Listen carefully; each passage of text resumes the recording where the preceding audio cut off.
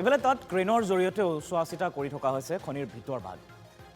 অগ্নি নিৰ্বাপক বাহিনীৰ বহুকেইখন গাড়ী তাত অপেক্ষা কৰি আছে লগতে জোৱানো আছে অগ্নি নিৰ্বাপক বাহিনীৰ মুঠৰ ওপৰত এক ৰুদ্ধশ্বাস অভিযান তাত অব্যাহত আছে আৰু সকলো ধৰণৰ ব্যৱস্থা কৰা হৈছে সকলো ধৰণৰ বিভাগৰ পৰা বিষয়া তাত উপস্থিত আছে জোৱান উপস্থিত আছে ঘটনাস্থলীত কেইবাজনো আবদ্ধ শ্ৰমিকৰ আত্মীয় ইতিমধ্যে গৈ উপস্থিত হৈছে উৎসুকতাৰে ভিৰ কৰিছে স্থানীয় ৰাইজেও অৱশ্যে ওচৰলৈ কাকো যাবলৈ দিয়া নাই উদ্ধাৰকাৰী দলে বা প্ৰশাসনে আৰু মন্ত্ৰী বা প্ৰশাসনৰ তৰফৰ পৰা কোৱা হৈছে এই ঘটনাৰ তদন্তও হ'ব কাৰণ এনে ধৰণৰ অবৈধ কয়লা খনি কিদৰে চলি থাকিব পাৰে কিন্তু প্ৰাৰম্ভিক লক্ষ্য এই মুহূৰ্তত গুৰুত্ব দিছে এই শ্ৰমিকসকলক উদ্ধাৰ কৰাটো সকলোৱে গুৰুত্ব দিছে যাতে জীৱনতে উদ্ধাৰ কৰিব পৰা যায় শ্ৰমিকসকলক কিন্তু সেয়া সম্ভৱ হ'বনে নহয় সেয়া এই মুহূৰ্তত ডাঙৰ প্ৰশ্ন পৰিস্থিতিৰ প্ৰতি লক্ষ্য ৰাখি আচলতে এনেধৰণৰ প্ৰশ্ন উত্থাপন হৈছে আমাৰ সাংবাদিক ভাৰ্গৱ হাজৰিকা ঘটনাস্থলীত গৈ উপস্থিত হৈছিল আজিৰ দিনত তেওঁ সকলো সবিশেষ তথ্য জনাইছে ভাৰ্গৱৰ পৰা আমি শেহতীয়া তথ্য জানিবলৈ চেষ্টা কৰিম এই মুহূৰ্তত ভাৰ্গৱৰ সৈতে সংযুক্ত হৈছোঁ ভাৰ্গৱ আপুনি দিনৰ পৰা আমাক জনাইছে সবিশেষ ঘটনাস্থলীত গৈ উপস্থিত হৈছে কি ধৰণৰ পৰিৱেশ সকলো জনাইছিলে উদ্ধাৰ অভিযান কি ধৰণে চলাই আছে বৰ্তমানৰ পৰিৱেশ জানিব বিচাৰিম কাৰণ নিশাও অভিযান চলোৱাৰ কথা কোৱা হৈছে গতিকে কেনেধৰণে চলিছে অভিযান হয় ইতিমধ্যে আপুনি কৈছে যে নৌসেনা বাহিনীৰ এটা বিশেষ দল আহি ঘটনাস্থলীত উপস্থিত হৈছে আৰু ঘটনাস্থলীত উপস্থিত হোৱাৰ পিছত প্ৰাৰম্ভিক পৰ্যায়ত সমগ্ৰ ঘটনাস্থলী সূক্ষ্মভাৱে আচলতে পৰিদৰ্শন কৰে আৰু পৰিদৰ্শন কৰাৰ অন্তত কেৱল মাত্ৰ যিটো ৩০০ ফুট গভীৰতাৰ যিটো কুঁৱা আছিলে সেই কুঁৱাটোৰ পৰা কেৱল মাত্ৰ পানী নিষ্কাশনৰ বাবে নিশা আচলতে যত্ন কৰে কিন্তু তাৰ বিপৰীতে কোনো ধৰণৰ আচলতে নিশাৰ ভাগত অভিযান চলা নাই সাময়িকভাৱে আচলতে স্থবিৰ হৈ পৰিছে অভিযান যি উদ্ধাৰ কৰা অভিযান সেই অভিযান ইতিমধ্যেই স্থবিৰ হৈ পৰিছে আৰু কালিলৈ পুৱা প্ৰায় ৭ বজাৰ লগে লগে পুনৰ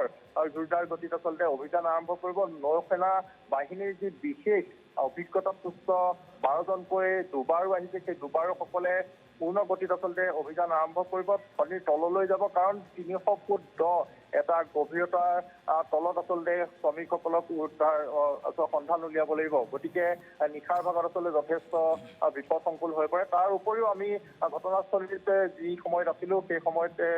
প্ৰায় সন্ধিয়া নামিছিল আৰু সেই সময়ত কিনকিনীয়া এজাক বৰষুণ আহিছিলে গতিকে সেইসমূহ পৰিস্থিতিলৈ চাই আচলতে নৌসেনা বাহিনীৰ বিশেষ দলটোৱে সেই সময়ত অভিযান স্থগিত ৰাখিলে কিন্তু যি পানী নিষ্কাশন কৰা হৈ আছে কেইবাটাও পাম্প লগাই সেই কাৰ্য গোটেই ৰাতি চলিব আৰু পুৱা প্ৰায় ৭ বজাৰ লগে লগে আচলতে নৌসেনা বাহিনী উদ্ধাৰ অভিযানত নামি পৰিব জগদীশ হয় ভাৰ্গৱ ৩জনৰ মৃতদেহ তাত থকাৰ কথা কোৱা হৈছিলে আৰু বাকী কেইজনৰ কোনো ধৰণৰ সম্ভেদ লাভ কৰা নাই গতিকে এই পৰ্যন্তও হয়তো তেনেধৰণৰ কোনো সম্ভেদ বা তথ্য আহি পৰা নাই নিশ্চয় প্ৰশাসনৰ তৰফৰ পৰা কোনো ধৰণৰ নিশ্চয়তা নাই কাৰণ তাত বৈধভাৱে যিহেতু খনিটো খনন কাৰ্য তাত চলি থকা নাছিলে অবৈধভাৱে খনন কাৰ্য চলি আছিলে নীতি বহিৰ্ভূতভাৱে একাংশই খনন কাৰ্য চলাইছিলে গতিকে তাত কোনো ধৰণৰ তালিকা প্ৰস্তুত কৰা হোৱা নাছিলে কিমান শ্ৰমিকে আচলতে তাতে নিয়োজিত হৈছিলে কাম কৰিছিলে তাৰ অধিকাংশ শ্ৰমিক উঠি আহিছে বুলি আমাৰ স্থানীয় ৰাইজে আমাক জানিবলৈ দিছে কিন্তু আনুমানিক এতিয়া মাত্ৰ ধাৰণাহে কৰা হৈছে কেৱল মাত্ৰ ধাৰণাহে কৰা হৈছে যে ৯জনৰ পৰা তাতকৈ অধিক হ'ব পাৰে 9জনৰ পৰা ১৪জন ১৫জন পৰ্যন্ত শ্ৰমিক কিন্তু তাৰ তলত আচলতে আবদ্ধ হৈ থাকিব পাৰে বৰ্তমান সময়ত কিন্তু কোনো ধৰণৰ নিশ্চিত তথ্য প্ৰশাসনৰ ওচৰত নাই প্ৰশাসনে কেৱল মাত্ৰ কৈছে যে ৯জনৰ পৰা ১৫জনৰ ভিতৰত তলত শ্ৰমিক আবদ্ধ হৈ থাকিব পাৰে আৰু তাৰে আচলতে উদ্ধাৰ কাৰ্য কালিলৈ পুৱা ৭ বজাৰ পৰা পুনৰ পূৰ্ণ গতিত আৰম্ভ হ'ব জগদীশ তথ্যখিনি আমাক এই মুহূৰ্তত জনোৱাৰ বাবে